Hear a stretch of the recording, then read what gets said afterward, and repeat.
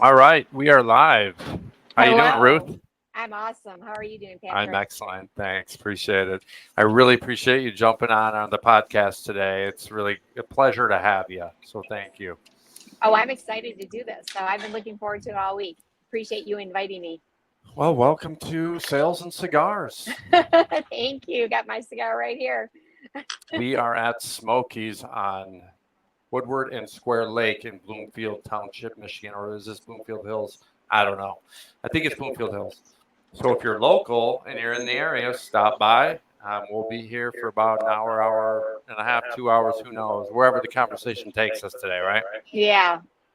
Well, welcome all viewers and anyone who's jumping on the call today. We have a special guest Ruth Young. Ruth, why don't you introduce yourself? Everyone kind of knows of me, but why don't you introduce yourself to the podcast and some of our listeners out there today? Welcome. Okay. Well, hello to everyone that's watching us. Ruth Young. I am Vice President of Residential Lending at Superior National Bank. I've actually originated mortgages for over 35 years. I absolutely love what I do, and also founder of Maximum Impact Coaching, which helps people grow their businesses. Probably 70% of my clients are realtors or brokers, and then I do all sorts of other types of business coaching as well. So startups, the gamut of things from plumbers to med spas. I'm really excited to learn about your Maximum Impact Coaching company. I'm really interested for my company. How can this help us grow and expand our offerings to our customers? So, really excited to learn about that as well. I'm not usually dressed up this much. You'll have to excuse me, guys, because I look like a broadcaster over here. I had a couple big meetings this morning that went really well. So I have good vibes coming into a Friday afternoon, Friday evening, big night planned. I can't wait. And some good things planned for the weekend. So we got cigars. Got the cigars, yes. I mean, it is sales and cigars. So Yes. the premise, if you're just jumping in, is we talk about life, we talk about cigars, we talk about sales, we talk about business, we talk about our guests, how they're expanding their business, some of the sales strategies and business strategies they're using and utilizing to expand their business in their industry. So we're excited to get into some of that. I am a sh- Absolutely. I am showcase. We're going to do the cigar segment first because we got to get these lit up. If you Okay. know me, I got to have a cigar going. And, that's my vice. I don't have many vices. Cigar is my current vice. And, I'm training for an ultra marathon in case you didn't know. So I'm like the ultra marathon cigar smoker. It Yeah. doesn't make sense. Those I get don't go hand in hand, I would I say. get hated on so Makes no much. sense. Hey, but a few days ago I ran 30 miles, Okay and then. then I had a cigar after. So Okay then. Is that if you're not running with the cigar, that's probably a good thing. I'm almost at the point where I might Okay. be. Actually, Okay. I'm getting to the point where I could be running with a cigar. I don't know, but Okay. That would um, be interesting. I want to see that. so I want to showcase a few cigars here today as we get started. And I brought some of these with me to New York. I was in New York for about a week last week, and I was able to share these cigars. I don't know if you can see them. I did talk about these in our last podcast, but I like them so much because they have different varieties of light and dark. And this is the dark variety of the back to back. Now, these are a Davidoff cigar. It's about a 40-minute cigar. It's small. They're inexpensive. They're targeted towards a younger audience. And this is what I gave Ruth today, but I gave her the lighter variety. Now, I understand Ruth is not actually going to be smoking today, and that's okay. I don't hate on non-cigar smokers. Okay, not like non-cigar smokers hate on me. Right? Yeah, it's fun to hold. And I like that you gave me one that has a colorful wrapping around it. So that's cool. See, that's targeting the younger audience. Yeah. Now, if you know Davidoff, they can be pretty expensive depending on how high in quality you go. I think the threshold really, is probably around $50. Like you don't get really much great after $50. But these Wow. guys right now are on sale at Smokies for $7.99, and you buy 5 and get 1 free. So I bought a bunch of these, and it is such a good cigar. It's amazing what a good price these are for such a great cigar. The next one I like to highlight. This is a big guy. This is this is the Tabernacle Red Churchill that has the Havana seed with the Connecticut wrapper. I was just in Connecticut. We took the ferry from Long Island over to New Haven, Connecticut, and we ate at Frank Pepe's Pizza. Oh, wow. And it's Sounds I don't right. know if you've ever had New Haven style pizza, but it's a thin crust. It just has the cheese it's like lava melted into it, and it's crisp. It's coal fired pizza, and it just comes out just amazing, crispy, perfect amount of cheese. I don't get any toppings at all, just cheese. That's what you do. That And sounds we were able to amazing. eat at Frank Pepe's Pizza. That was amazing. Got to smoke a lot of cigars when I was in New York, and then we went to Long Island, took the ferry to New Haven, and then we came back to Detroit on Tuesday. And I was on the road for about 10 days, and it was a wonderful trip out to New York. But I did smoke probably more than one too many cigars, and I did smoke a few of these. These are the Tabernacle Red Churchills. Really good. This is about maybe an hour and a half cigar. It's bigger. Yeah, it's a cool looking cigar. I love It's a the good. wrapper on that too. The wrappers, cigar label artists never get enough recognition. Where are these artists? I want to find that out. I want to write an article on this one day.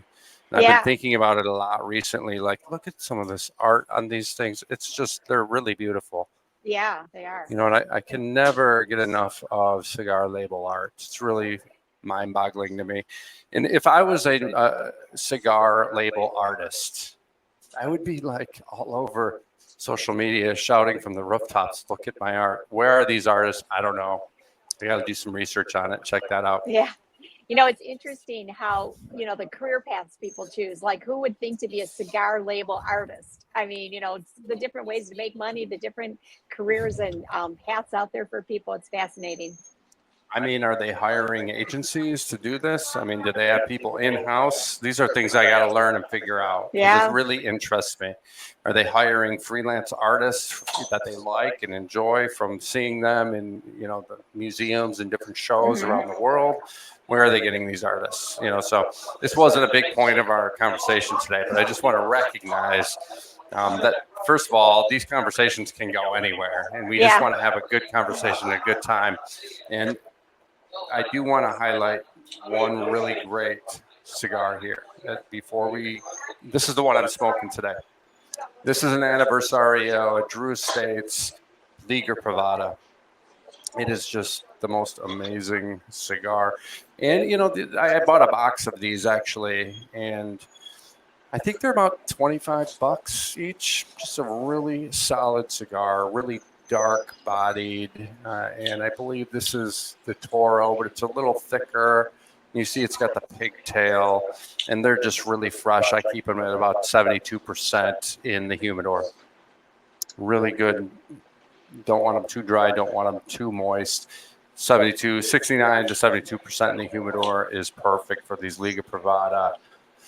And these are by Drew Estates, and these are the Anniversarios. I bought a box of these. Amazing. And this is what I'm going to be smoking today. And unfortunately, I don't have my host smoking, so I am going to do the actual official cigar cutting ritual. There we go. I used a V cut, simple V cut. And I will give it a good puff here in a minute once we get it lit. And this is what always gets us banned from TikTok right here, smoking cigars. But we don't care. We don't care about TikTok's TikTok. good at banning people for interesting things like that. It's interesting, man. They're banning everyone, and everyone's trying to ban them, I guess, right? Yeah, exactly. But good old LinkedIn won't ban us. That's really all I care about is LinkedIn. It's my favorite platform, really, because people are serious on LinkedIn about doing business. Yeah, I agree. And I probably get, I would say 70 to 80% of my business from LinkedIn. Perfect.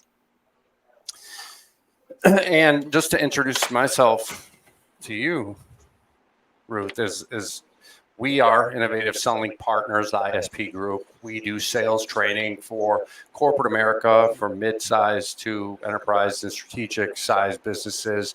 We go out and we train sales teams on site. So we do a 3-day a quarter cadence, and then we do weekly engagement with our teams our customers. So we're getting on a call with them once a week.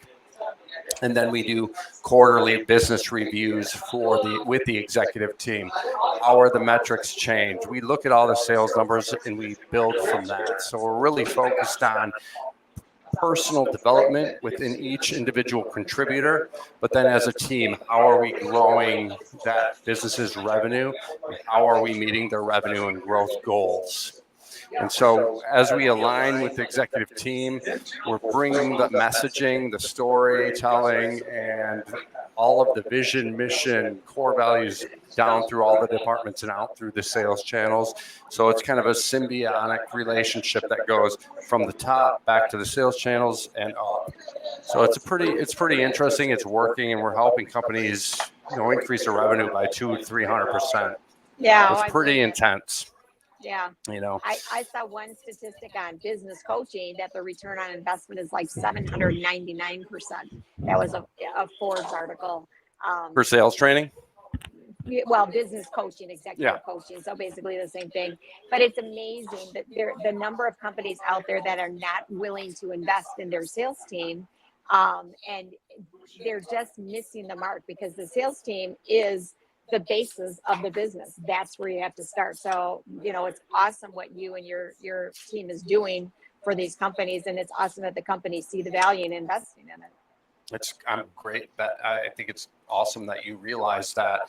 And one big thing that we look at too, and it's a shocking to us, is that, I think it was 43% of sales reps across the nation last year hit their number in Q4.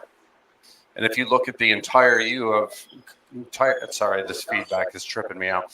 But if we look at the entire year of 2023, about 26% of sales reps hit their number in 2023. That might sound shocking to even the managers, the directors that are listening to this. But I would say that most of your number is met by your top salespeople. Yeah. Oh, yeah. Top 10%. So you got the top 10%, and then you have everything below it, and then you have a huge bunch of underperformers. Yep. And so the goal is to get everyone up a notch. And if we can bring up not only the bottom tier, but let the top tier understand what they're doing to succeed, then because a lot of times they don't know what they're doing. They're doing the same stuff that the underperforming guys are doing. And you'll ask them, what are you doing that's so great? They'll tell you hard work, making more calls, have more visits, more sales calls, a better relationship builder, And then you say, well, what are you doing to the underperformers?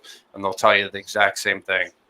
And so across the business, you see that they don't really understand what the top performers are doing.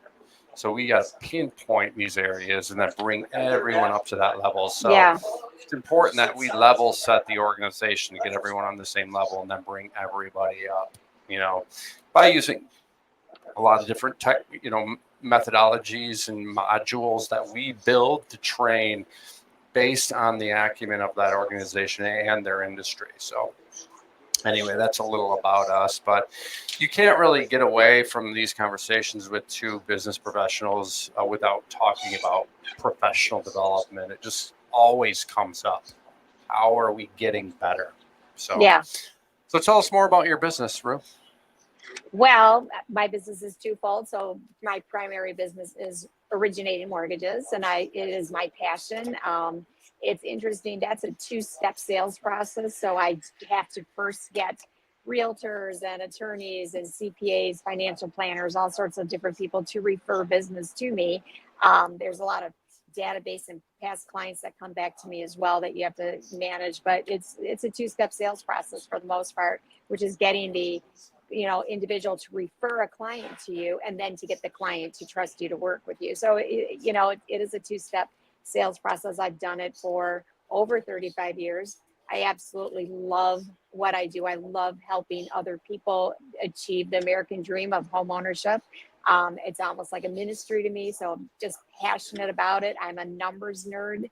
So I love, give me a complicated, file and I love it. It just lights me up like your cigar. But, so I've done this for a long time and I've always been one of the top performing producing originators my entire career.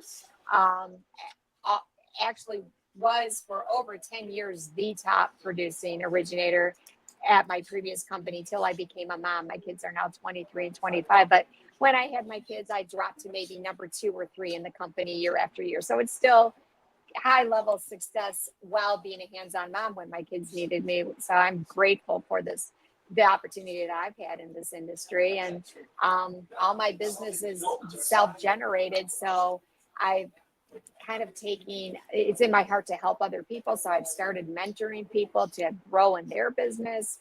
And I do a lot of volunteer teaching and mentoring and growth related topics. So I founded my company, Maximum Impact Coaching. So I turned it into a business as well. I became a certified business coach and I'm helping people grow their businesses and maximize their impact, as the name of my company says. And it's, again, so rewarding for me to help others in both aspects. And they work together hand in hand. So probably 70% of my clients actually are real estate agents. But then I've run the gamut from plumbers to spa owners, like startup companies, all sorts of stuff. That's great. Yeah, we've seen even recently, a huge kind of push in real estate to bring on more sales acumen to that environment. Yes. When I first started working with real estate, we would get a lot of, we have agents, we don't have salespeople. Sales was a really kind of dirty word in real estate. And we really had to kind of reframe sales for some of my customers because they couldn't get past this, I would say, bad stigma of sales and what that actually means. And when we turn it around and talk about how to help others, we're helping our customers. You can start to reframe it a little different, and your approach at what closing, what negotiating, what pushing a deal forward means. Reframe from a kind of the North Star of helping your customers, right? Yeah. So that's really good stuff, and it sounds like you got a lot of really good kind of focus in your business. Step back a little. Tell me where some of that comes from. Tell me about your life. Where are you from? I kind of like to say, where are you from? Where have you been? Where are you going? I love that. Okay. Right? All righty. Well, I actually had a pretty dysfunctional childhood. So I had a lot of upheaval in my childhood and a lot of, Who didn't, right? Who didn't, right? But I mean, mine is kind of up, it's way up there, way up there. So went through a lot and, really wasn't even told to go to college. It didn't even really wasn't even brought to my attention by my mom that, I should think about going to college or that, how to grow a career, how to basically survive in the world as a professional. But I was a self-starter. I always got almost all straight A's in high school and, Where are you from? School. Warren, Detroit, okay. Detroit, and then Warren. So, but I mean, I went to the high school that Eminem went to. Oh my God! No way. But I mean, I'm a little bit older than him. But so it was like the armpit of Warren. You look better than him, I'd say that. Thank you. But anyway, so just I've always been smart. I've been a self-starter. I did when I graduated high school. I independently on my own started taking college courses, just maybe 1 or 2 per semester while working 3 jobs and living on my own from the time I was 18 years old. But I was. Were you still in Warren at that point? Yeah, at first, and then I moved to Ferndale. But I didn't know that I wasn't supposed to be Well, and also Warren's considered the east side, right? Yeah, So for all of you people outside of Michigan listening, she's an east side girl. yeah, I am. No, not anymore. Now I'm a West Side girl. But regardless, so I didn't know that I wasn't qualified for jobs I wanted. I just started going for them, and I got a job as a bank teller when I was like 18 years old at Michigan National Bank, if anyone remembers that, and literally drove the HR person crazy for 3.5 years because I kept seeing jobs posted that I wanted to get, that which were promotions for me. So I would keep calling and saying, look, I want this job now. And I'd finally wear them down, and I'd get promoted and get promoted. And in 3.5 years, I was working for the vice president of the residential lending division at the bank. I was Wow. still early 20s at that point, and then went through, I think it was Kelly Service at the time, which was a recruiting company, and got into title. So I got a job as a title, like preparing the closing packages at a title company, Transamerica Title in Birmingham. And then I got promoted there to be their account manager, left there, went to another title company, and then got into the mortgage industry. My schooling couldn't keep up with my career. I was making six figures in the 80s by the time I was about 25 years old, which is huge for in the 80s. So I never actually ended up with a college education. I just took off, and it was all self-taught. not not saying anything bad about college. That just was my path, and I, the things that I coach people, for some reason, those are God-given gifts that I have. So a lot of like my sales and my business experience is just intuitive in me. And I just follow my gut. I myself, I'm honest, I'm dedicated, and just grew my business and continue to grow it. So that's where I was. Here I am now. And looking into the future, just want to help a lot more people get into houses. It's harder and harder these days for people to qualify for mortgages. So it really is a ministry to help some people get those houses. And my coaching practice is exploding. And it's so rewarding for me to help others in their journey. So that's where I'm at. That's where I was. This is where I'm at, and this is where I'm going. That's great. No, I appreciate that. And, you said a lot of that stuff is God-given, right? And I would almost say that some of that comes from a lot of that hard work and dedication from the very beginning, from not only from your childhood that drove that kind of discipline and consistency and drive to want to succeed. Because, I've had, somewhat of a, I would say dysfunctional childhood, right? And I could see like some of those dysfunctions that come out of those actually benefit us. Yes. I know that we were really poor when I was a kid. We had nothing.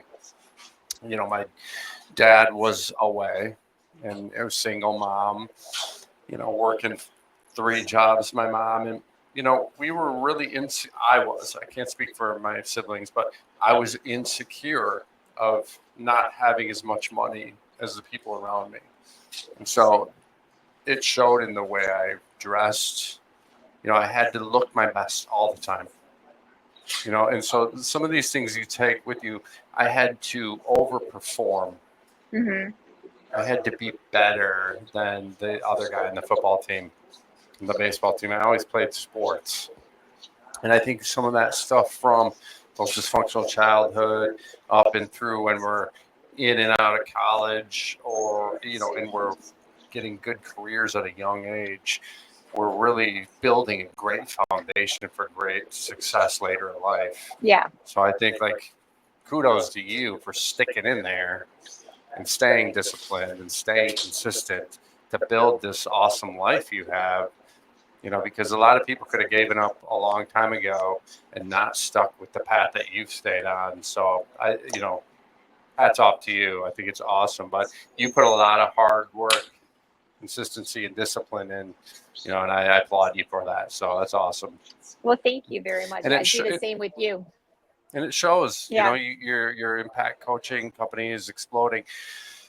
Can you talk about impact coaching a little? Who are you working with mostly? I know you said real estate, but what are you guys talking about? What are some of the trends you're seeing? What's the meta right now in that industry? And what are you working on with some of your clients? Well, it's maximum impact coaching. And it's basically, I use a collaborative coaching approach versus template-based coaching. So a lot of the, big coaching programs out there are basically template-based coaching, where, someone has reached a high level of success. He or she has built a program about their success and how they got to that level of success. And then they take it down the road and, charge people to basically, clone themselves to be like the person that's successful. Collaborative coaching is so different, where it's really where each person is unique individual. They've got their own gifts, their own talents. We work together as a team, me and my coaching clients, to develop them who they are and find what works right for them. Not like there's not one sales strategy that's right for everyone. So I've got some clients that actually, I'm just going to use realtors as an example. Some of them love to cold call. A lot of people hate cold calling, but there's some that love cold calling. So we'll develop that. Others like networking, or they golf. We'll use whatever interests they have or whatever they're involved in their community to grow their business using their authentic self. So there's not one set way to do it.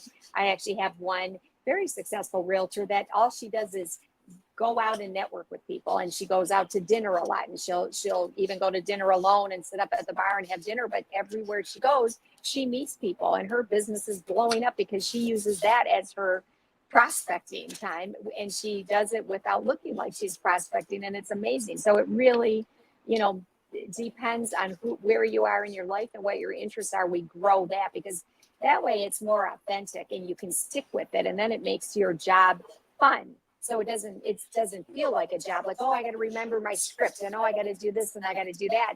You're just being yourself, but you're capitalizing or maximizing who you are to develop and grow your business. So that's my approach.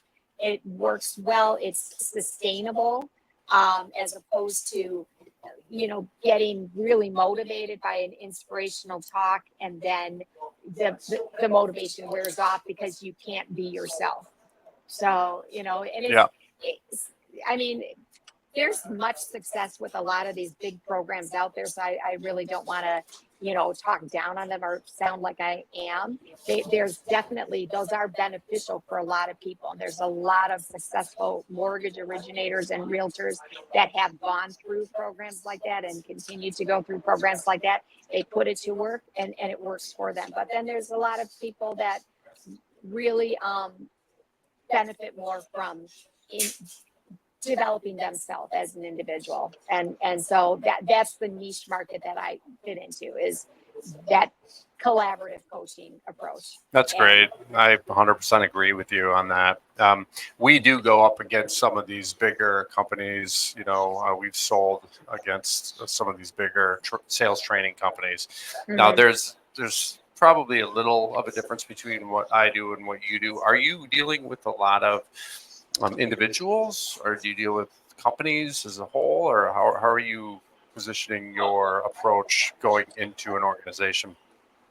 Well, right now I've only dealt with individuals, but I am starting my very first workshop, which launches in September, and it's going into corporations. And I actually have one a real estate company in Florida that I'm working with on becoming their coach. So I am starting to take it at a corporate level. I've got several large real estate companies in our area that are going to utilize my workshop for their realtors.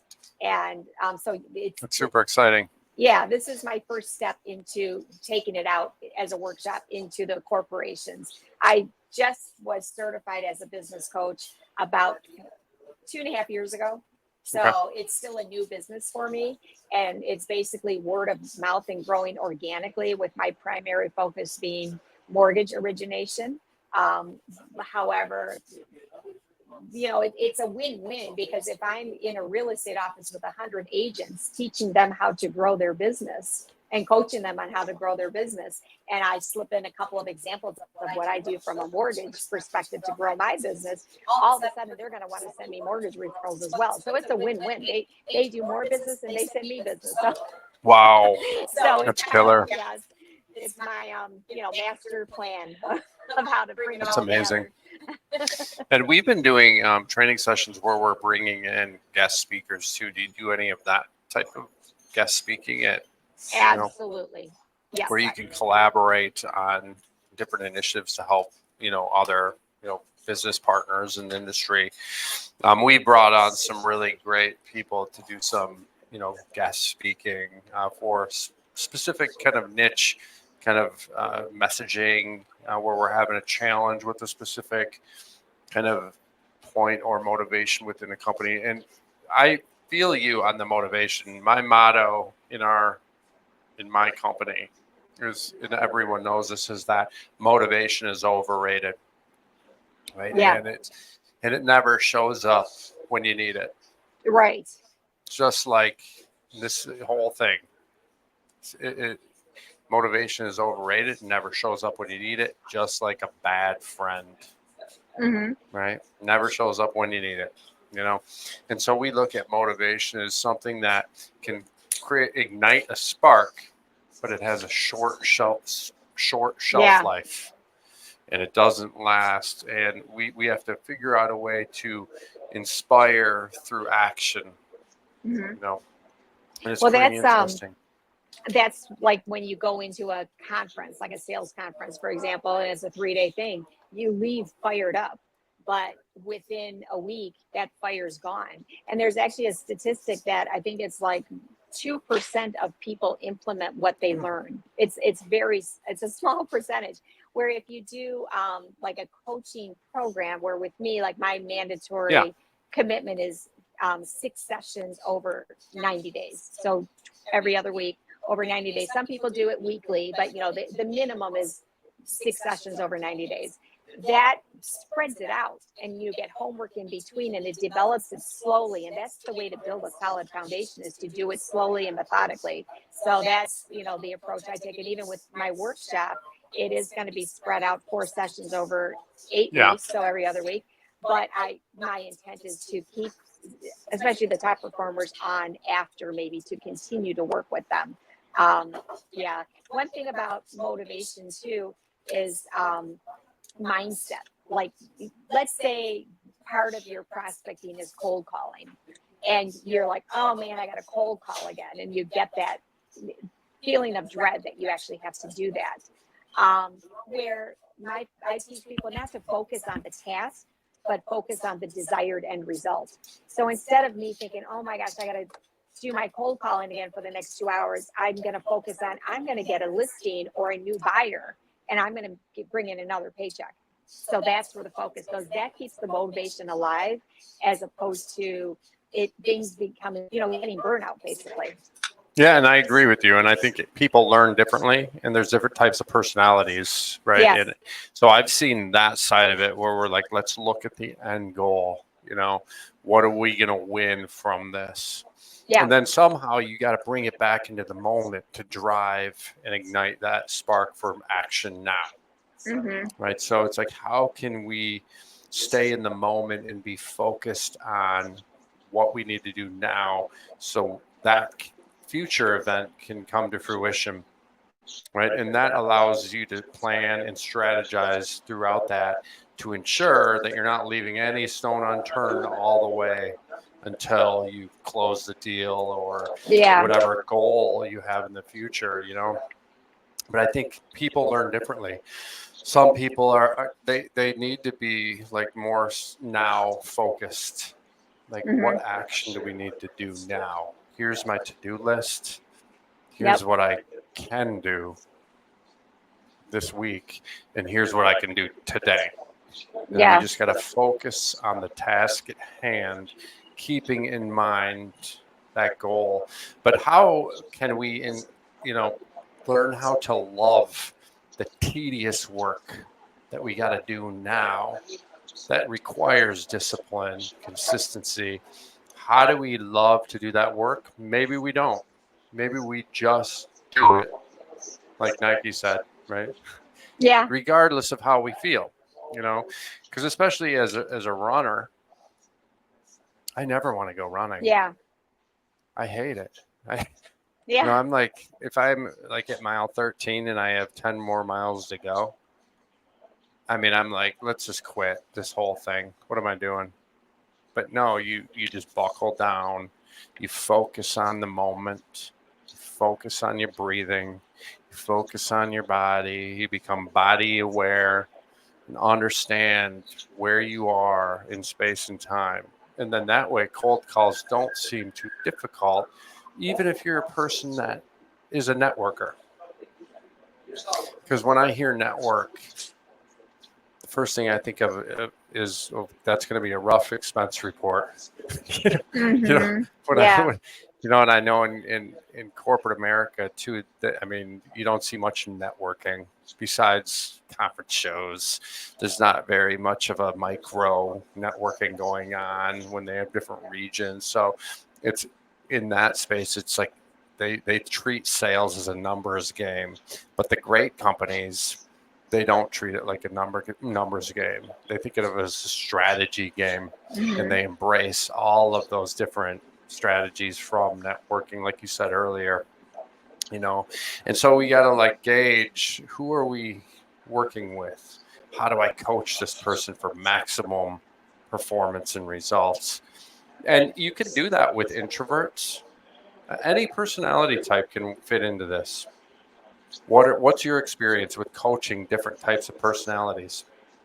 Well, I start every new client with a lot of questions. So I have them just start telling me about themselves, and I take a lot of notes. I have a very detailed questionnaire that they fill out prior to our first session, but basically I learn about them. And as they're telling me about them and their interests and their likes and their dislikes and their family and what they're involved in and their business and in their community, I learn about what they are. In that, they talk about their strengths, they talk about their weaknesses. I ask questions, so I learn who they are, and then we start from there.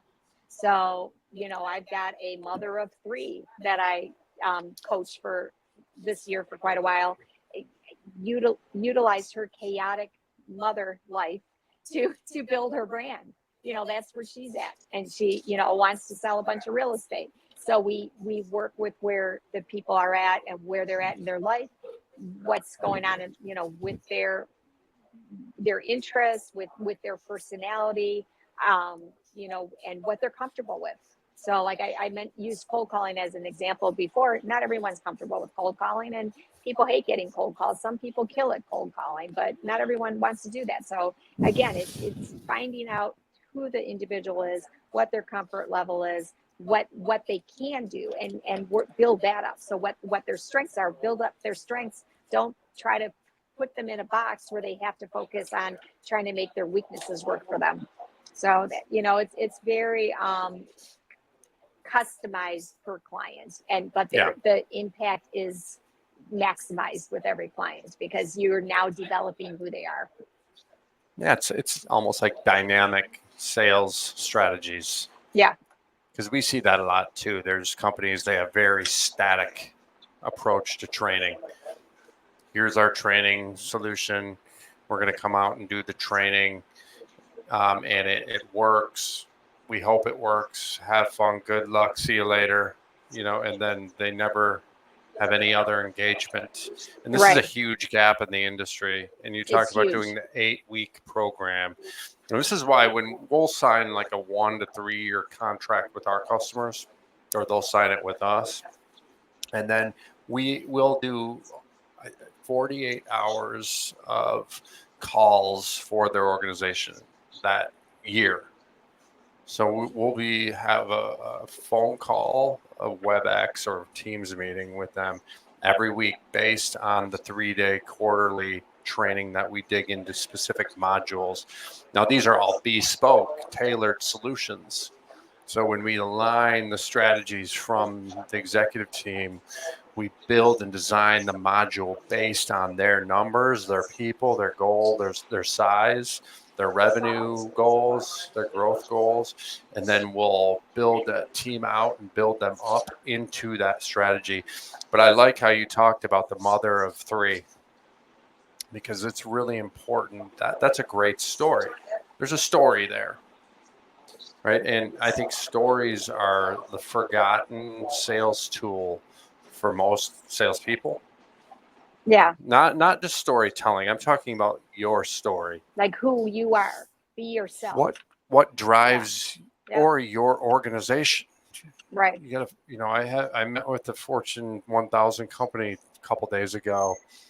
Had a great meeting with these guys, and they don't have a cohesive story or message anywhere involved in any of their marketing or their entire organization. I asked them, "What's your story?" Their chief marketing officer couldn't tell me. That's a problem. Mm-hmm. Yeah. And so if we can conduct and build and frame your story, that allows you to build your whole culture of how you want to do business from there. Yes. And as you're building that story for your organization or personally, you'll be able to see other organizations. They show up like little twinkles in the sand or the stars. Like, we align with that company.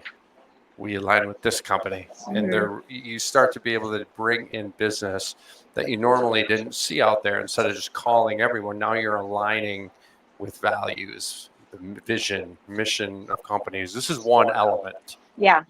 I want to speak to that if you don't mind. I coach my clients to identify what their ideal client is. So that's actually a piece of homework that they typically have, is to, write 50 qualities on what your ideal client is. Then you start focusing on finding your ideal clients. And actually, just by being intentional about it, you automatically start attracting your ideal clients. But, instead of chasing around transactions, you're making connections, you're building relationships with people that are like-minded that you want to work with, and it just makes work fun. It makes it not a job. It makes it fun. And I've spent years of my career focusing on the wrong clients. I've shifted in that, where I look for the ideal clients, and it's an instant connection, and a great relationship is formed, and you start, seeing the fruits of that by just changing your focus and looking for those ideal clients. And that's what you're talking about with the companies, finding companies they're aligned with. Same thing. So it's on an individual level or a corporate level. Or even on a persona level, if you're selling B2B, right? I remember I was selling into healthcare at one point, and I did sell into government for a lot of years as well. It's a big pain in the ass. I don't recommend it, but God bless you, government folks, because it is such a pain in the ass. So much red tape. Everything's a bid. All they want is pricing and la la la la la. And it's so much work on the front end for nothing a lot of the times. So they're just looking at the best price. But when you're selling into more complex ecosystems of enterprise or strategic, you're a lot of times selling to specific personas within those organizations. And I remember I was selling into healthcare, and I was working this monster deal. And, this also speaks to bringing in outside ear or perspective to your sales process and deals, to help push these deals forward, and to kind of like look at what's going on with the deal, whether it's a manager, director, VP, or whoever. Get people into your deals to look at what's going on. It's hard. It hurts. There's a lot of things you might have done wrong that are going to be exposed. But do you want to close the deal or don't you, right? Mm-hmm. So, and I was kind of the guy, this is probably 10 years ago, I didn't want much visibility. I was afraid of being exposed in my sales process. And I finally said, shit hit the fan, and I needed to, show something for my forecast for this quarter on this deal. And I had to go over the deal. And, it came up, who are you working with at the company? And I didn't want to say, because I was working with someone who really couldn't make a decision. And it was stalled. They're pushing it out. And this is every salesperson's nightmare, right? Yeah. But it happens all the time. This is a big problem. Why 23% of salespeople hit their number in 2023? because they don't want the visibility on their deals and they're not getting the appropriate help they need to move these deals forward. Turns out I'm meeting with the operations manager. I didn't have IT involved. I didn't have procurement. I didn't have finance involved. I needed like some executive bridge happening. I needed a whole bunch of other contacts involved to push this deal forward. But I had basically one contact selling into the operations management team. Mm-hmm. And it was just so off base. And so we fixed it. We started building out the relationship ecosystem within that organization and really getting some kind of our hooks into different departments and creating more of an ecosystem of partnership. It's very important. But I wouldn't have did it unless I was like, I need help. Yeah. And I think that's a big part of sales is getting the help you need and collaborating, like you were talking about, getting Mm-hmm. your team in on it. Who can help me? A lot of times us as salespeople have such big egos. We don't want to get help. We want to be the lone wolf doing everything ourselves.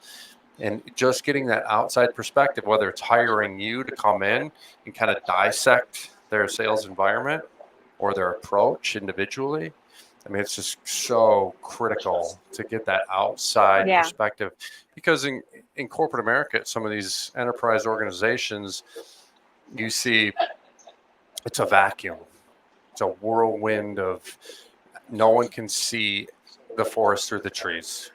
Yeah. And by bringing an outside element into your sales ecosystem, it's just so critical to moving these big deals forward.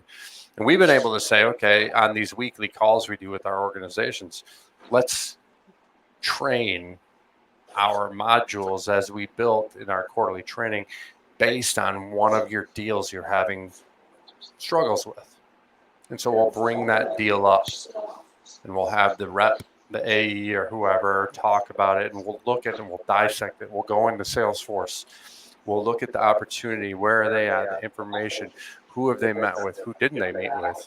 And then we'll be able to have next steps and really strategic ways to really push this deal to the next phase, especially if it's stalled.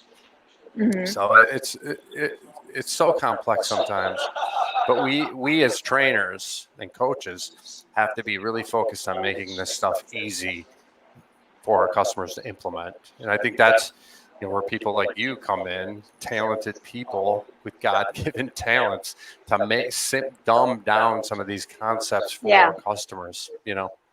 Well, and it's interesting, but first of all, no one reaches elite status without a coach, whether it's an athlete or a salesperson or a plumber. Oh yeah. I mean, you have to have that set of eyes, that coach. When I work with people, I bring out what's already in them, the ideas they have. So it's literally 9 times out of 10, not me giving them ideas, or I will give ideas and make suggestions, but they already have it within them. It's drawing it out of them, and that's exactly what you said.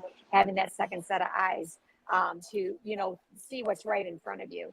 That's one of the things that I really focus on when I'm coaching clients, because if it comes from within, it's lasting instead of a new strategy that you got to try to remember. So that's why it's so important to bring it from within, and maybe points along the way. Well, you're looking over here, but you should be looking over here. One interesting thing with salespeople is they're afraid to ask.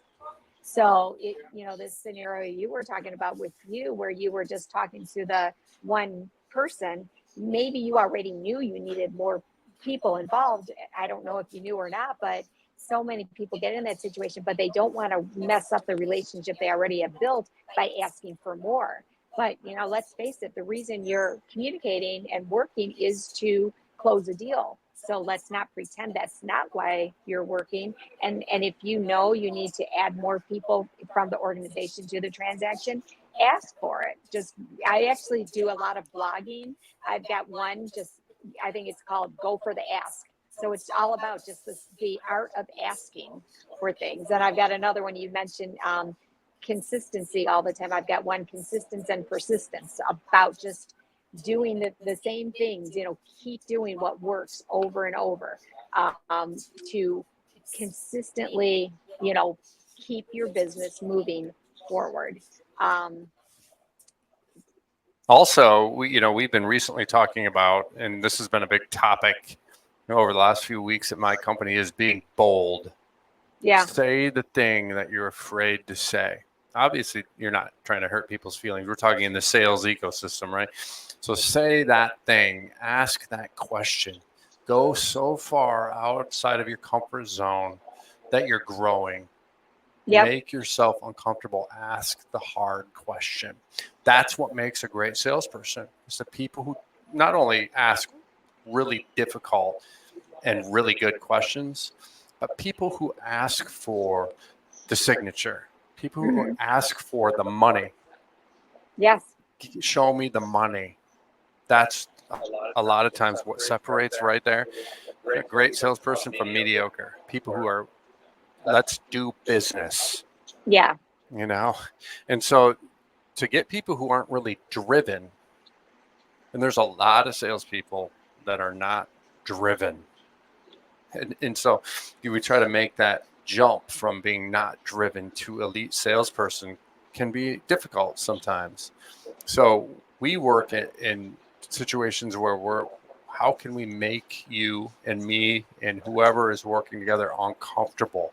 Because we got to get into this fertile kind of land of where we can grow. Right. Yep. And I love your take on elite athletes. And I use the Tom Brady analogy all the time. Hmm. Right. So he's still training. He's Yeah. retired. He trains harder than most football players and quarterbacks in retirement. Hmm. The best of the best train every day. And you know what? When he's working for the NFL and he's a part of the Patriots, he's not paying for that personally. His team is, the NFL is, or whoever supports that, the players to be great. Like I don't think it's innately something that you should have to invest in if you work for a company.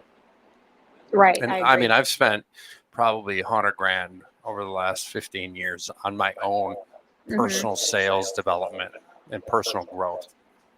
And I mean, I would have loved it if my company supported their own initiative to meet their revenue and growth goals, Yeah. but they don't. And it's Yeah. really sad and It is scary. very sad. It is, a lot of companies, they just want their salespeople to just go do it. Just get busy. Just work harder. KPIs. Yeah, but that's not the way it goes. And there is never going to be a case where the return on investment is not substantial if a company decides to invest in their sales Yeah. force, which the sales force is the foundation of every business. So you can have the best product in the world. Let's say it's the very best cigar out there. If people don't know about it or want to know about it, it's worthless. You Yeah. got to get the message out. And I would almost beg to say that the only stream of revenue organizations have is sales, Yeah. period. George, where are you going? Come say hi. Hi, how's it going? I'm Ruth. Hey, George. George, what's going on? You want to say hi to the audience? Here, get in here for a sec. Say hi. George. Good seeing you, buddy. I'll hit you Have up a one of good these one. days. I just thought I'd embarrass my friend there for a second. Yeah, why not? It's all part of the day's work, right? Yeah, and I mean, as far as just what did I do to be better today? Hmm. I like to ask myself that, and I like to do at least one thing today to move my business forward. Now I have an organization, right? So my job is to sell, but I also have to train. So I'm Yeah. selling training services. So companies are looking at me to sell to them the way I will be training them to sell. I Right? use that in my coaching, and I use that to gain coaching clients and to gain realtors that refer business to me. I evidence what I'm doing right now to sell you on working with me. This is how I'm going to train your agents. So Yeah. yeah, they watch you, and I now use it as, okay, here I am. I practice what I teach, and this is what I do. I ask for it. I'm bold. You go for it. I mean, building relationship is crucial. So my clients become my friends, or they, we start the relationship first and it grows. But ultimately it's about business, and everybody knows that. You can't be afraid to let that be known that I'm out here. I'm looking for mortgage business. I'm looking to coach people. So, I mean, I'm out here working to earn a living. That's, the basis of why there's Ruth Young Mortgage and Maximum Impact Coaching. I just don't want to get a bunch of new friends. And, Yeah. you can't be afraid to put that all together and let it become a natural, Yeah. part of your relationship. That's what you're looking Yeah. for. And it's not a single tier approach either. Yeah. Like you were talking about earlier with cold calling, outreach, networking, whatever your forte is, you have to be developing into those other areas. Right. Yes. So if I suck at cold calling, which I love cold calling and I do it and it works, if I make 50 cold calls this week, which is a lot for me because I'm wearing a million hats, but I still, as a CEO of my company, get on the phone, and I call other CEOs and I talk to them. If I can make, say, 200 cold calls in a month and I get one six-figure deal out of 200 calls, that is worth the time I put into that. Absolutely. And that's And exactly what I was saying, where you don't look at the task, you look at the outcome. So what did you say, 200 cold calls a month? That yeah, seems daunting. And oh my gosh, I do not want to do that. But now you got this, big contract. That's what you focus on. yeah. That's your focus. And next thing you know, you're not cold calling and you haven't been doing it. And you're working that one account that you got from doing it 6 months ago. And you're like, okay, why aren't I not doing this? What changed? What happened? Like, I got to Yeah. get back to these foundational, really basic sales methods, right? Not from the KPIs or key performance metrics or, indicator level, but what can I do personally to do something to show results today? Yeah. And that's really important for me. What did I show for results today? What did I do to make my business better today? What did I do to push this deal forward today? Mhm. Like something not, something concrete, something physical, something that I talk to, like you got to be so creative, and it's so worth it because, like you said, we're helping customers solve real challenges, Yeah. but we're also building our business. I mean, there's so many different ways to look at it. Yeah. Realtors especially are on a roller coaster, a lot of them, where they, get a lot of business, then it dies, then they get business and then dies. And when the business is closed up, that's when they start prospecting again. And so they're on a roller coaster. I mean, it happens in a lot of sales industries because, you're focusing on the business and closing the business that you've got. And then all of a sudden you've got nothing. Then, oh my gosh, I got to hustle and get some more business. I really, have my clients build a job description for themselves. And in that job description, it includes working the business you have while continuing to prospect for more business. And I use the analogy of a diet. You can't go on a diet and stay on it 100% all the time. That's just unrealistic. Same with your prospecting. You can't hit it 100% every week. That's unrealistic because life events come up, deals, that are closing come up. So things take your attention. But on an average, if you're sticking to it 70 to 80% on average throughout a month, 6 months, a year, you're going to see the results and you're going to see the growth, and you're going to get off of the roller coaster where it's going to steady out. You're going to have a consistent flow of business. So, I make them hold themselves accountable. If you work for a company and you have a job description, you don't perform your job description, you'll get a few warnings and then you ultimately won't have the job. If you're in self-employed, like realtor, for example, or a salesperson that's on commission, the result of your lack of sticking to your job description is your paycheck. So it directly impacts you.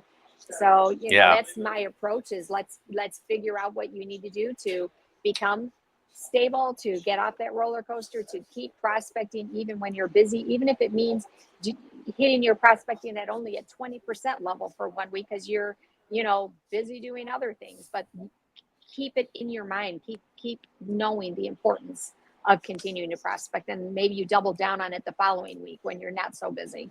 And this is a huge thing we talk about too, is not only scheduling, but time management, Yep, time right? blocking. Yep. So how can we look at our schedule and effectively make time for funnel growth?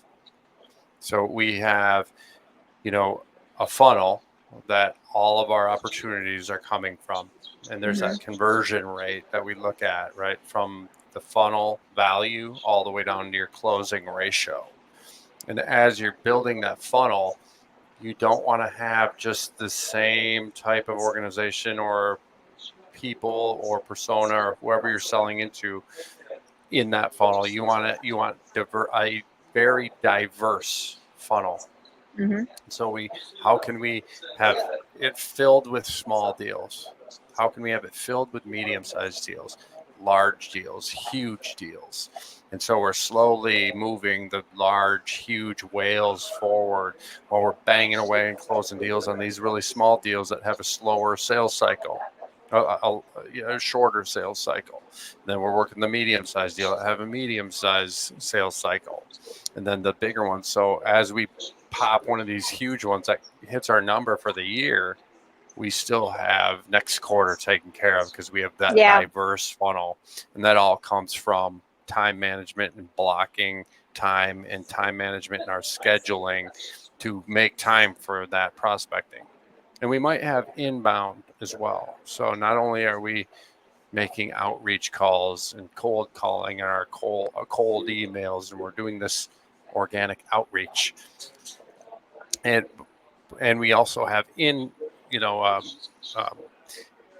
everything coming from marketing, from our website, from form fills or things coming inbound as well, right? So we look at, when we're talking about training a sales team, we look at, okay, how much of your percentage of sales comes from marketing, from inbound potentially, and how much is expected from outbound. And we want to raise that outbound to 100% all the time. So we want your entire quota for you personally, regardless of what your company says or thinks or their sales playbook says. We want your entire sales number to be all organically self-generated. And then all of the marketing stuff that comes in is just icing on the cake. Yeah. And that way we can really get everyone focused on hitting their number and bringing up everyone to that top tier level. It's pretty effective. It's pretty effective. Yeah. So that's your impact coaching stuff. What about your now you're the vice president of residential lending at Superior National Bank. Tell us a little about that role. Well, I help people buy houses, so achieve the American dream of home ownership, which right now in this market, it truly is a dream to own a home for a lot of people.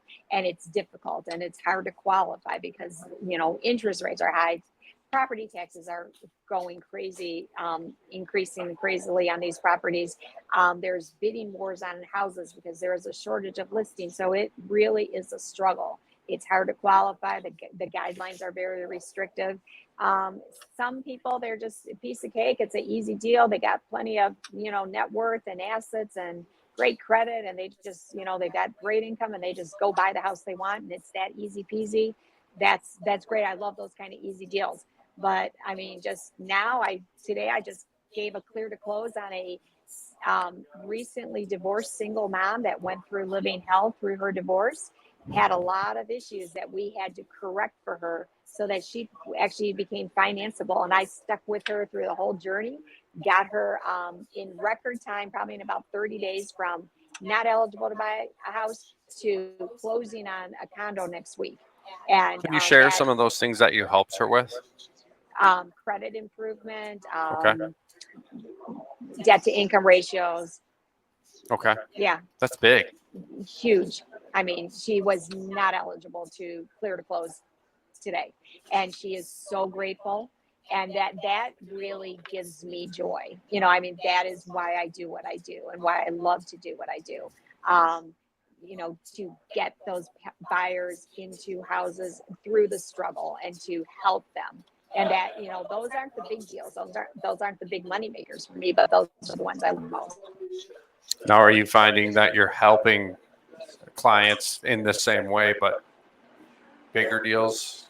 Yeah, I mean, a lot of the bigger deals are, they're more lucrative, financial situations to begin with. So maybe they don't want the help, but they want great service. They want a great interest rate. They want you to be, ready when they're ready. You got to be ready to jump when they need you to jump, and they need a phone call returned, like the simple, basic things that a lot of people don't do. As a matter of fact, I have a lot of success with Florida realtors because it's funny because they're so laid back there that they're shocked that they actually get a return phone call from me, when they have a client. So, there's some markets that are not, a little bit more lax than us. And when I perform with my Midwest work ethics and value, some of the southern states, not just Florida, the realtors are blown away. They are blown away. They're like, what, you return my call? What, you're going to help this buyer? So I don't know. I don't get that lax mentality, but, the people that are buying the big houses, they have high expectations on what kind of professionalism and service they want, and you have to deliver. And so that, that's a challenge too, to always step up. And each buyer has different personalities. They have different fears. I mean, no matter if you're buying $100,000 house or a $10 million house, that's a huge investment. That's a huge financial investment for you as a buyer. You have to look at that individual as a person that is making a big investment. They need to be counseled, they need to be coached, they need to feel comfortable, and that's my job.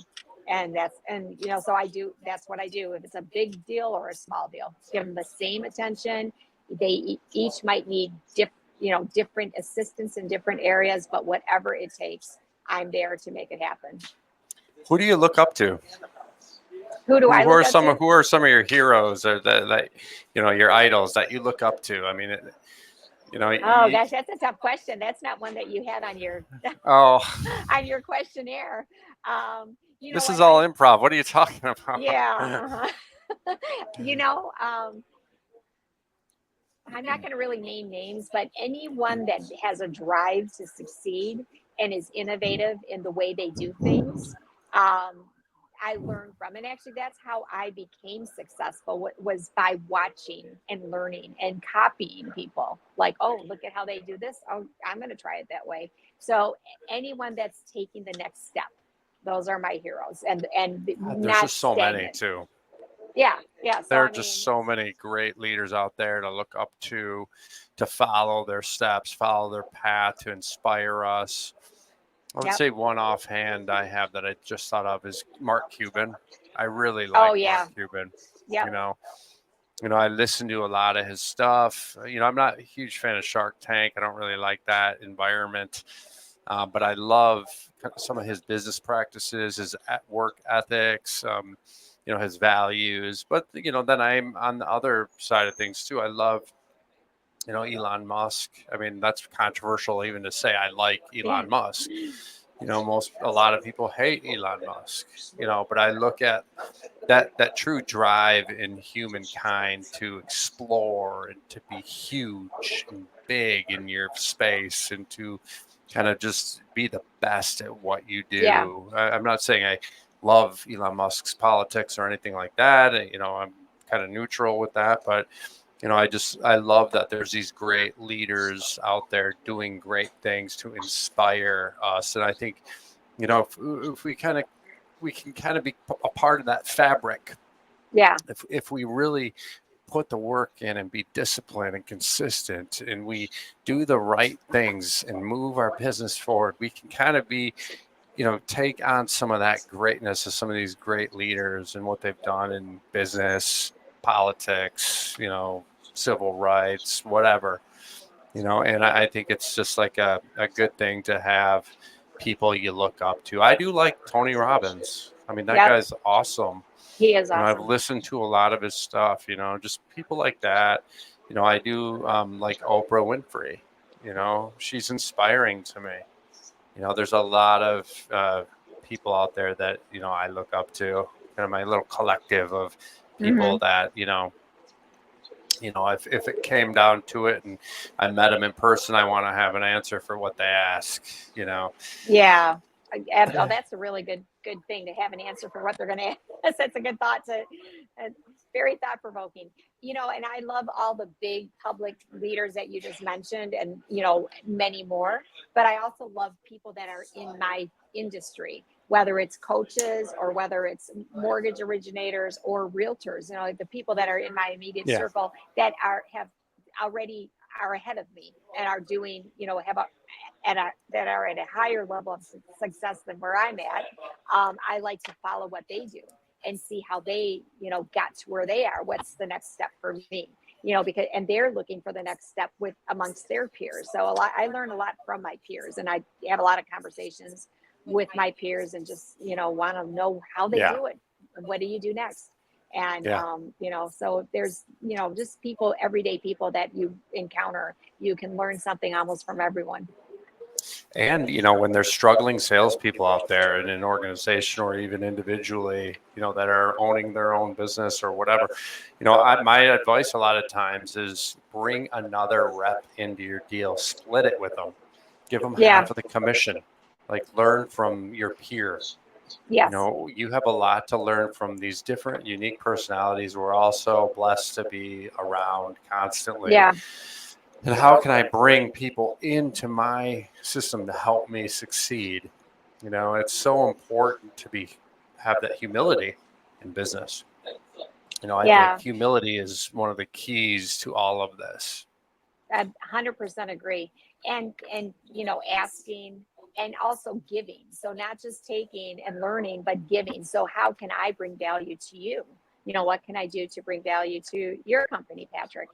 I mean, I want to add value. I don't just want to take. And having that kind of a mindset helps tremendously in building relationships and learning and growing, and collaborating with the people that your everyday peers that are out there. Yeah, I think that's really important. And even going back to the Tom Brady analogy, everything, he's another one guy I look up to, right? So, just the work ethic, I think, but the humility you have to have is the greatest of all time. Yeah, to I agree. have a mindset of someone being trained, right? And if Tom Brady had to find someone to train him that was a better quarterback than him, he would never find anyone.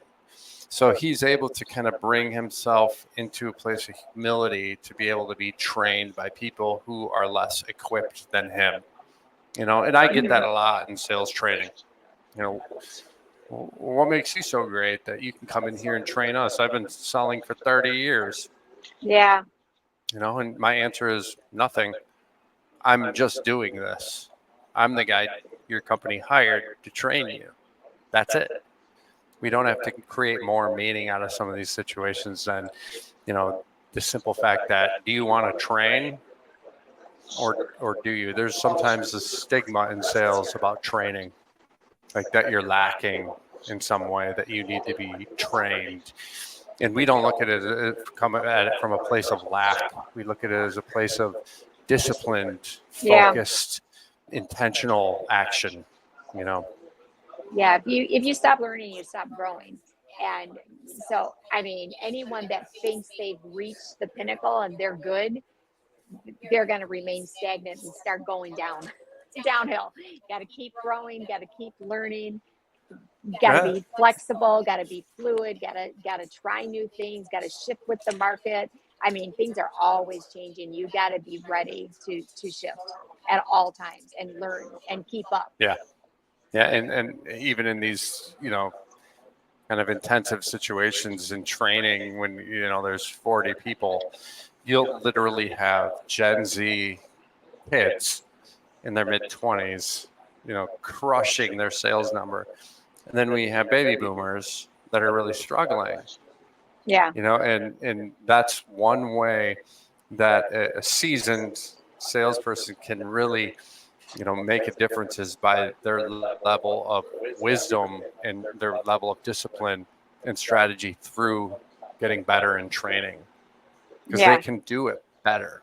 So as the baby boomers tend to get weeded out of the sales ecosystem, that's one way that they can stay relevant. It's sad, but companies that try to weed out the baby boomers and hire young. But I have kids that are young. I have a 20-year-old and a 16-year-old. And if you're hiring kids right out of college, you're hiring not the brightest people.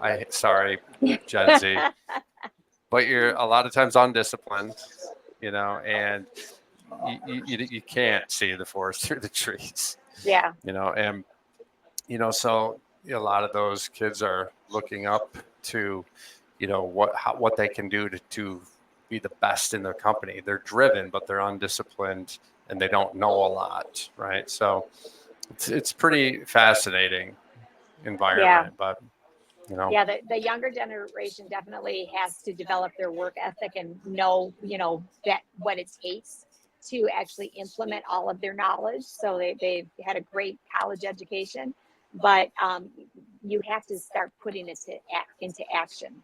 And, that's kind of where coaching comes in as well. One thing that we, us older generation can learn from the younger generation is one of the reasons they do kill it so well in sales is because of the technology. They integrate technology into their sales process and social media, and just they can utilize technology a lot easier than I certainly could, and that helps them grow. So you've gotta that means that when you've been doing what you do for decades, you have to learn. That's why you have to be fluid. You got to keep up with, okay, what can I do? How can technology help me? How can social media help me? How can I use every resource to my benefit? You have to stay relevant, and you have to stay innovative, and you Yep. have to stay humble and be willing to learn is a critical piece of it. If you lose that humility to learn, you will become irrelevant so fast, Absolutely. I mean, we could go on about this all day long, right? But so what do you do for fun? What do I do Or for what fun? do you, I mean, you're wearing a lot of hats here, right? You own your business, you're a VP, what do you do to kind of exist in that environment and to keep your head sane? I mean, I love what I do. So it's when I have a good work day, at the end of the day, I have a tremendous amount of satisfaction. As long as I'm growing, as long as I'm learning, as long as I'm, doing something new every day to propel my business, even if, the business does have ups and downs right now in the real estate industry, where it's definitely a struggling industry. Um, you know, but as long as I know I'm doing everything I can do to thrive and survive in this environment, I can be at peace when I know that I've done my best, and I'm planting seeds. If they're not, if the harvest isn't sprung right now, it's going to spring. So, but and I keep a very good work-life balance. Again, making that shift years ago to having my ideal clients makes work fun. So when I'm working with people and collaborating with people, it's people that I like and I want to do business with and I want to spend time with. So it makes my job very easy. And I mean, I do have keep a work-life balance. I know it's important for me. I love to go to the gym. I love to or walking or riding my bike or anything outdoors. I'm outside as much as I can be, and I love my family and friends, so I spend a ton of time with my family and my friends, and that's what brings me joy, is just to have community with the people I love. And I love to cook.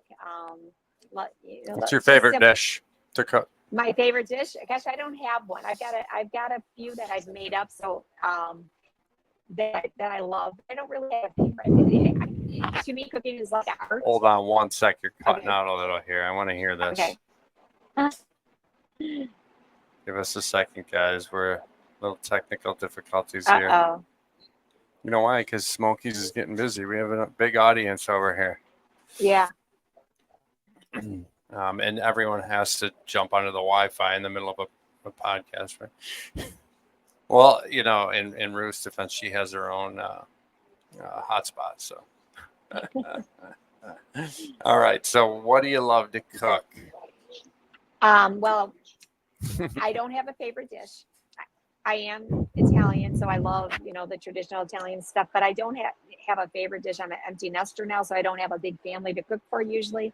So I kind of like go to the store or the market and see what they have and get inspired and make something up. So on a day that I want to cook, I'll usually make something up based on what I have or what I find at the market and create a dish. And that to me is fun, having a glass of wine and creating a work of art with whatever ingredients I have. That is very fun. It's very fulfilling. That's my artistic outlet. And most things turn out amazing. Once in a while, it's a total flop. But Come on. yeah, oh yeah, for No, sure. no, I don't believe it. It's true. It's true. What's the best Italian restaurant around here? Oh, Do you know of a good one? well, I love La Colina in Rochester. I got to try I've it. got a few faves. I'll tag him in this. Yeah. I've actually done a around town feature on La Colina. I used to do around towns all the time. Now Nice. I do a what's up this weekend. So that's part of my social media outreach. But I used to feature local businesses like Smoky's would be one of them that I would do a feature on. And I shifted from that to doing what's up this weekend posts every Friday with local events. So if you follow That's me really on cool. Facebook, locally, like LinkedIn, I don't post on LinkedIn because LinkedIn is, international. But if any of my local forums, I'm always posting 5 or 6 local Detroit metro events that are happening. I'd give LinkedIn another chance there. You might be surprised at some of the traction you get even on local stuff with your national Really? Okay. crowd. Yeah, All right. definitely. Then I'll reconsider that. And what's in your playlist? What's in my playlist? I like everything. I love the 80s hair bands. 70s, 80s. So like Van Halen and Guns N' Roses, things like Nice. that. Tom Petty. I mean, Those are all legit. I love them all. So the Black Crowes are one of my favorites. But then I love country music. I love classical music. I love Christian music. I love blues, like Backyard Barbecue, Dirty Blues. Nice. Love that. So basically everything. That's great. That's really cool to hear. Vast variety of music, for sure. I was raised up in Traverse City, Michigan. And I've recently been getting more into, I've known of this guy for quite a long time, but I've been really getting into him more recently, a guy named Billy Strings. Have you heard of him? What is his name? Billy Strings. He plays guitar I and think sings. I saw him last summer. This guy is so freaking talented. Yes. It's just unreal. One of my best friends lives in Traverse City, and we saw him last summer. He was amazing. I mean, this guy, and he's blowing up right now. Yeah. I think he's like living in Nashville, and he's all over the place. Yeah, he's killing it. Yeah, we saw him at some festival in Traverse City probably 10 years ago, and he was just a kid at that time, and we're like, wow, this guy's prodigy. But now he's just killing it still. So I've been getting into him more recently, but yeah. My daughter was probably about 6 years old. She's 23 now. I'm thinking she was about 6. She went to the Lions game on Thanksgiving and saw Taylor Swift when Taylor Swift was singing the national anthem for the Lions. So she was just starting out. I remember that. Yeah. So, and they were very close. They were almost like front row seats, and she made eye contact with Taylor. It was a big moment for her, especially after Taylor blew up the way she did.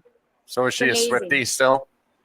I don't think so. She's actually performing in a circus in Lexington. She's an aerial artist, so she's performing. She's in Lexington this weekend in a circus, and she's actually a hair hanger. So I post a lot of her stuff on my Facebook page. But yeah, she's like amazing. Like Cirque du Soleil type stuff. She is Cirque du Soleil.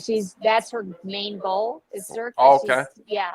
And she's auditioning for a lot of stuff right now. She's kind of blowing up in local circuses, and she's doing a lot of workshops and things like that. But she has a very, like, one of the best hair hangers in the world that actually is from Brazil and works for Cirque that coaches her, that took a liking to her, saw her talent, and has Wow. personally befriended her and coaches her. It's really That's cool to amazing. see this happen. My son is a tech guy. He's 25. He lives in San Francisco. He works for Apple, and him at 25 years old and probably a handful of other people programmed the App Store for the entire world. So I hope he's watching us right now, right? Probably not. He probably better wouldn't be. want me. I doubt it. None of my kids really care about what their mom's doing unless I'm doing something for them. Oh my God. I'm just What's he kidding. do for Apple? Just kidding. He programs the App Store for the world. Oh, Yeah, I mean, him and like a handful of people program the App Store. wow. So he's got a very high level job, and at 25, he's a total nerd, total computer nerd. Always was, from the time he was 2 years old. He not interested in any sports. I'm like, Gregory, how are you gonna succeed in life if you're not well rounded and you're just playing video games all day Oh or my playing God. with your DS? And now he's, running the world practically. And then my daughter, on the other hand, she's been in arts and music and dance and theater since she was 2 years old, and now she's hanging from her hair. That's And amazing. she is, How cool is that? she's the featured act of the show. She's the grand finale. She's basically the star of the show she's in this weekend, and it's So really, cool. really cool. Well, you got to let me know when she comes to town if they get here, and I'd love to go see it. Well, this is a in Lexington, this circus, but yeah, she performs in Detroit area for sure. But you can go on my Facebook and you'll see me post. I'm going to check it out like immediately. Yeah. That's really and cool. Follow her YouTube page. She's building up her following on YouTube right now, and she's making some huge traction. So trying to work on building up that YouTube page for her. That's amazing. That's really cool. Think like Tinkerbell on YouTube. Oh my God. Yep. That's so cool. Yeah. Well, it's great talking to you today. Is there anything else you want to add to our conversation today before we get off? Just a thank you for having me. It's been a real pleasure, and I just love talking business. I love helping people grow. I love getting to know people like you, and I love helping people get houses and get mortgages. So I'm passionate about what I do in life, and like to talk about it a lot. Well, we'll definitely get your link up in the video when it posts to LinkedIn and the other social media outlets. We'll have some videos up from this talk today. It's been a real pleasure. I'm so grateful that you took time out of your busy schedule to meet with us here at Sales and Cigars today. And I'm sorry you weren't able to have a cigar. I get it. I've been handling it. Does that count? Yeah. Hey, don't mess it up. I want that back. No, I'm kidding. Okay. That's yours to take. That's yours to take. I don't think you want this back after I've been holding it for the last 2 hours. That is so I'm sure I'll funny. find someone that will smoke this. That is so funny. Well, it's been a real pleasure. Thank you so much. Thank you for all of our listeners today and people that attended on any social media platform. We look forward to seeing you next time at Sales and Cigars. Everyone have a wonderful day. Bye, everyone. Thanks, Patrick. You're welcome. Have a good day.